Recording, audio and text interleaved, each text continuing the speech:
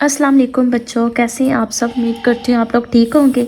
आज का हमारा केमिस्ट्री क्लास 9 का जो टॉपिक है वो है aerobic and anaerobic respiration.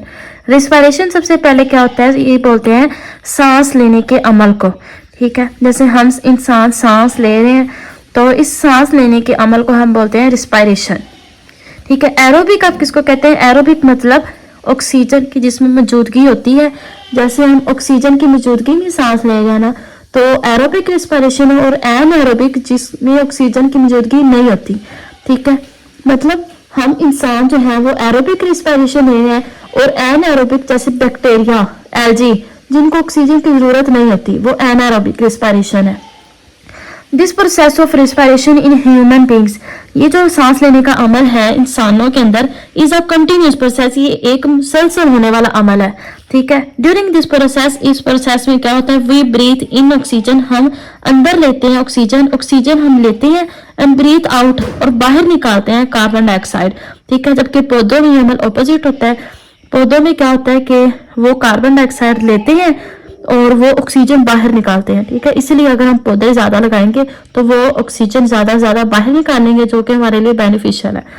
Respiration also carries complex chemical reaction. Respiration से और क्या होता है, कॉम्प्लेक्स मतलब पेचीदा, मतलब बहुत ज्यादा जिसमें चीजें आ जाती हैं। इसमें और भी बहुत केमिकल रिएक्शन होते हैं inside the human body, human body के अंदर। जैसे हमारे बॉडी जो है वो सेल से मिलकर बनी है, और हर सेल को ऑक्सीजन की जरूरत होती है। ठीक है, this process that occur in the presence of oxygen. अब यहाँ से इसकी डेफिनेशन शुरू होती है एरोबिक की। ठीक है, अब रिस्पायरेशन की क्या है कि वो प्रोसेस दैट अकर जो कि होता है in the presence of oxygen, oxygen की मौजूदगी में, इसको हम बोलते हैं aerobic respiration. Aerobic respiration is an exothermic process, ये एक एक्सोथर्मिक प्रोसेस है, मतलब इसमें हीट एनर्जी जो है वो निकलती है, खारिज होती है। And involves the following reaction, और इसमें फॉलोइंग रिएक्शन इन्वॉल्व है। कौन कौन से? सबसे पहले ग्लूकोज है। ग्लूकोज का क्या रिएक्शन है? C6H12O6। ठीक है, ये जो रिएक्शन है इसमें क्या होता है, ग्लूकोज। अब कोई भी चीज हम खाते हैं ना, वो उससे जो एनर्जी हमारी बॉडी में मिलती है वो ग्लूकोज की फॉर्म में मिलती है। ये ग्लूकोज जब हम लेते हैं खुराक की सूरत में, जब हम खुराक खाते हैं मतलब ग्लूकोज खाते हैं, तो वो कन्वर्ट हो जाते हैं किसमें? सबसे पहले 2 पायरोवेट में और एनर्जी में। और ये रिएक्शन होता है हमारे सेल के साइटोप्लाज्म के अंदर। ठीक है, तो 2 पायरोवेट बनी और एनर्जी बनी, फिर ये रिएक्शन हुआ, इसी से फर्दर आगे चला माइटोकॉन्ड्रिया के अंदर, सेल के माइटोकॉन्ड्रिया के अंदर।